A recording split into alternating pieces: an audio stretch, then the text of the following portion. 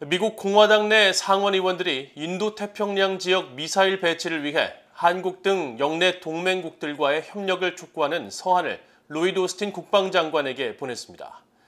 중국의 군사력 증대에 대응하는 영내 미군 시설에 지상발사 탄도미사일과 순항미사일을 영구적으로 배치해야 한다는 것입니다. 첫 소식 이조은 기자가 보도합니다.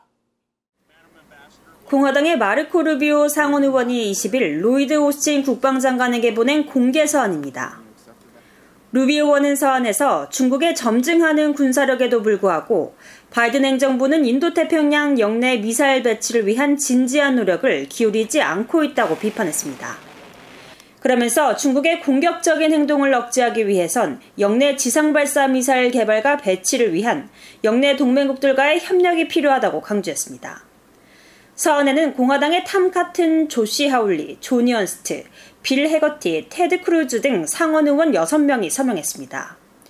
의원들은 구체적으로 지상발사 탄도미사일과 순항미사일의 영내 개발과 배치를 우선시할 것을 오스틴 국방장관에게 촉구했습니다.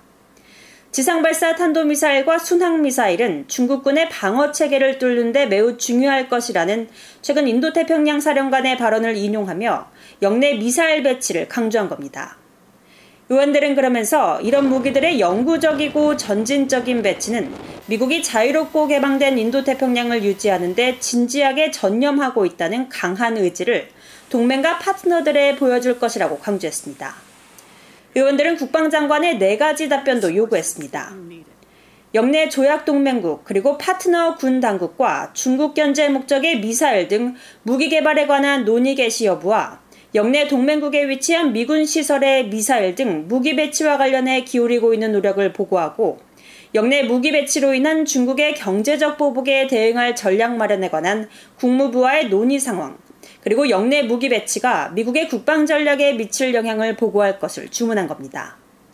이번 서한은 트럼프 행정부 당시부터 미국의 중거리 핵전력 INF 조약 탈퇴를 계기로 미국이 한국 등 영내 동맹국에 추가 미사일 배치 방안을 검토할 가능성이 있다는 관측이 이어지고 있는 가운데 나왔습니다. 특히 이번 미국 의회의 영내 미사일 배치 촉구 서한은 한국의 윤석열 대통령이 대선 당시 사드 추가 배치 가능성을 시사했었고 일본 기시다 후미오 총리 역시 방위력 강화를 공언한 가운데 나온 것이어서 더 주목됩니다. VA 뉴스 이조은입니다.